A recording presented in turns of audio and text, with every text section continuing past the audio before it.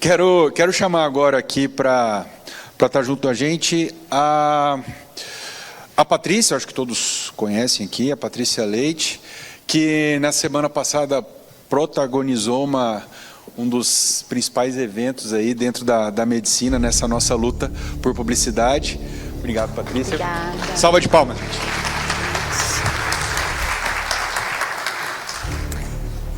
Vamos lá, né?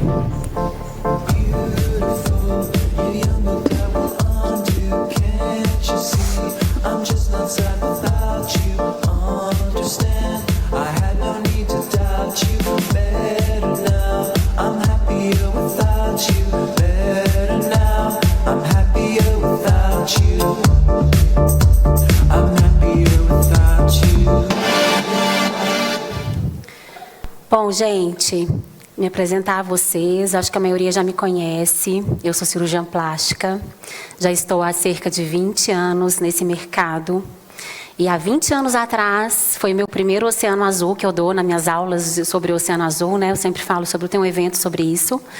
Acho que foi o primeiro evento sobre empreendedorismo médico do Brasil. E eu falo que o meu primeiro grande oceano foi essa percepção dessa interface que tinha tudo a ver, esse diálogo, né, entre a cirurgia plástica e a medicina estética, que nem existe, né? A gente nem pode falar medicina estética, mas a estética do a medicina do embelezamento não cirúrgica, vamos dizer assim, essa área de atuação. E eu agradeço muito pelo convite de estar aqui com vocês. É um público novo para mim. Geralmente eu falo para os meus alunos, para a comunidade do Face Academy, para os eventos que eu estou acostumada de ir. Não frequento muito a SBCP. E eu tive cuidado de saber, né, quem era o meu público, quem ia me ouvir. Eram médicas, eram médicos, mais homens, mais mulheres, porque a gente vai falar de sucesso, correto? Esse evento aqui, parabéns, viu, aos organizadores, ao conteúdo, pelo conteúdo, é um evento que fala de sucesso, de uma monetização sem o bisturi, não é?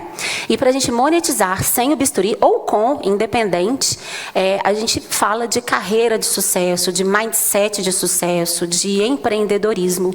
E para a gente falar de sucesso, é diferente um pouquinho falar de sucesso para homem e para mulher. E eu sou mulher, tenho 3 filhas, e isso me toca muito. Recentemente eu estive num evento em que a gente falou sobre isso, e eu estudei muito o tema, muito a fundo, não só sinto na pele, mas estudei cientificamente. E eu queria, nos meus primeiros 4 slides, falar especificamente para você, mulher, tá? Que está aqui me ouvindo. Bom, eu vou falar, o meu título é um pouquinho pretensioso demais, né, gente? Atingir a crista da onda, nem parece coisa de médico, e permanecer surfando, é até um pouco vulgar. Mas vamos abrir um pouquinho a cabeça, vamos sair um pouquinho daquela rigidez da medicina e vamos vislumbrar que é possível, sim, conquistar status, sucesso e ser um excelente médico, tá? Em qualquer lugar do mundo, independente da cultura ou do país em que vivemos, não estamos chegando, mulheres, ao topo das nossas carreiras, com raríssimas exceções. Isso parece estranho, mas é fato. Dos grandes empregos de diretoria do mundo corporativo e executivo, apenas 15% são ocupados por mulheres, são das mulheres. Isso é um dado bem alarmante, né? No mundo de hoje, globalizado, pós-pandemia, conectado, mas isso é fato.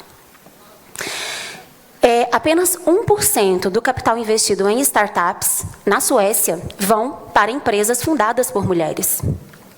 E a Suécia é um dos países mais inclusivos do mundo. Isso me impactou muito e eu fiquei bem aliviada quando eu vi que nos Estados Unidos esse número é diferente, graças a Deus. Mais 2%. Impactante, né? Para mim, é impactante. Então, gente, as mulheres têm pouca representatividade em todos os lugares, cargos e posições. Eu já vou entrar no sucesso, tá? Mas eu me dei o direito de começar para as mulheres. Elas têm pouca representatividade. E em casa, e aí eu fui pensar, não, mas no lar, né, elas são as rainhas. Se elas têm tão pouca representatividade, se elas estão tão em desvantagem no mundo corporativo, em casa, elas reinam. Lê do engano, porque em casa elas fazem 95% do trabalho doméstico.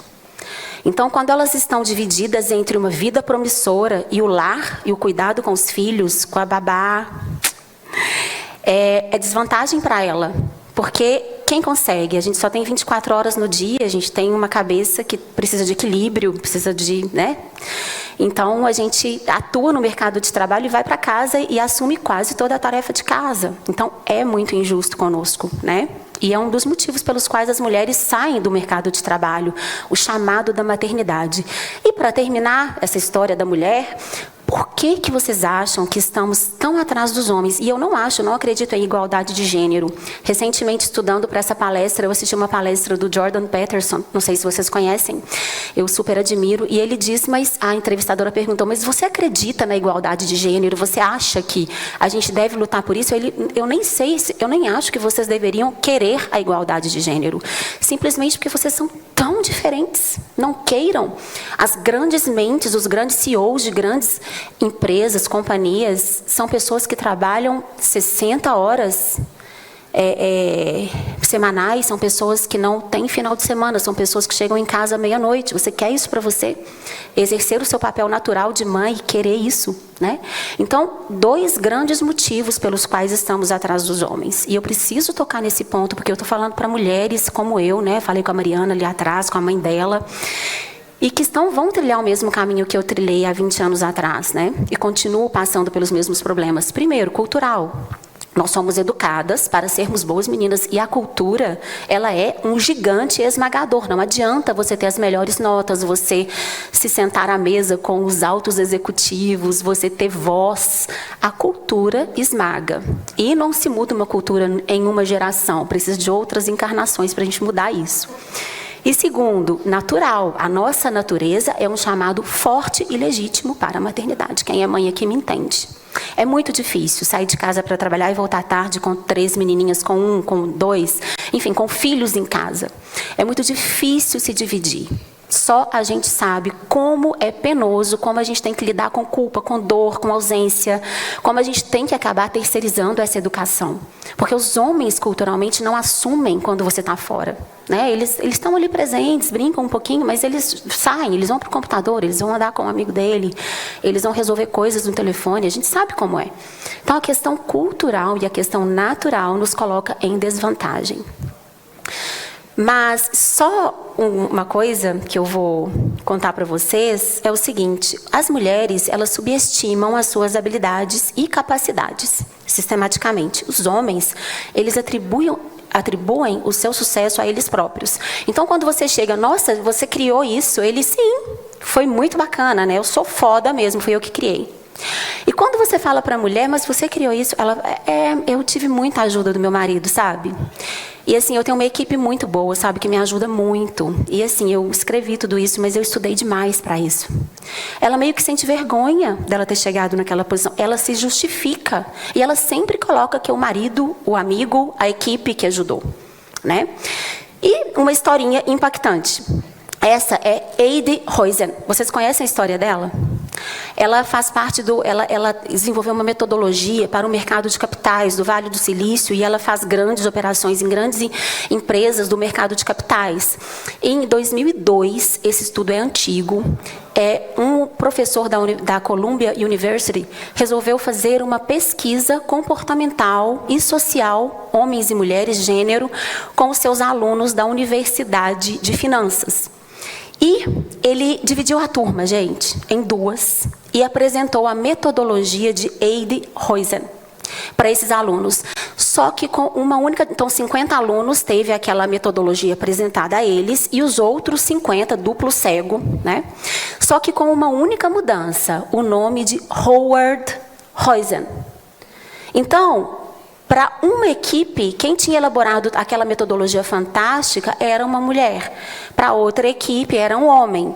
E o resultado do estudo: os alunos que acreditaram que a metodologia foi desenvolvida por uma mulher, por um homem, pelo Howard, disseram que ele provavelmente, quando perguntado sobre a personalidade dele, sobre se queriam trabalhar para ele, a resposta foi que ele era um cara extremamente sedutor, ele era uma pessoa empreendedora, ele era forte, ele provavelmente seria engraçado, muitos alunos gostariam de passar um domingo pescando com ele, e a maioria queria sim trabalhar na companhia dele. A outra metade da turma, quando perguntada as mesmas perguntas em relação à personalidade da autora do método, disse que ela era algo fria, algo arrogante, que aquilo não estava simpático para uma personalidade feminina. Concordam na validade do método, na genialidade do método, mas ninguém queria trabalhar para ela. E ninguém queria passar o final de semana com ela. Isso é impactante. E eu sinto isso na minha pele e eu imagino que as mulheres também sentem. E o que isso quer dizer? Dados de estudos sociais mostram sucesso e empatia são características positivamente associadas aos homens e negativamente associadas às mulheres. Eu vivo isso na minha pele todos os dias porque eu sou uma empreendedora nata, infelizmente. Vamos lá. Por que a questão comportamental importa tanto? Ninguém consegue chegar ao topo se não se senta à mesa. E as mulheres raramente se sentam à mesa, se apropriam daquele lugar. Elas se sentem gratas. E quando elas querem reivindicar uma posição a mais, elas são faladas, é dito a elas que contentem-se e sintem-se gratas àquela posição. Mas o fato dela se sentir grata, gente, não tira o mérito dela querer um lugar maior. Muitas vezes eu falo, não, eu me sinto grata. Eu sei, obrigada, mas eu merecia estar no outro. Por que eu estou aqui, eu tenho que me sentir grata aqui? Então, ninguém consegue, se você não consegue, romper esse sistema de crenças com o qual nós somos criadas, principalmente as mulheres. E ninguém chega ao sucesso se não acredita que mereça o sucesso, ou sequer reconheça o seu próprio sucesso. Então, esse é um ponto fundamental que eu queria dizer inicialmente para vocês, mulheres. Comecem a observar esse machismo subliminar ao qual estamos submetidas, mesmo na nossa sociedade tão evoluída em relação à Síria, Afeganistão e outras, China, né? Na Ásia em geral.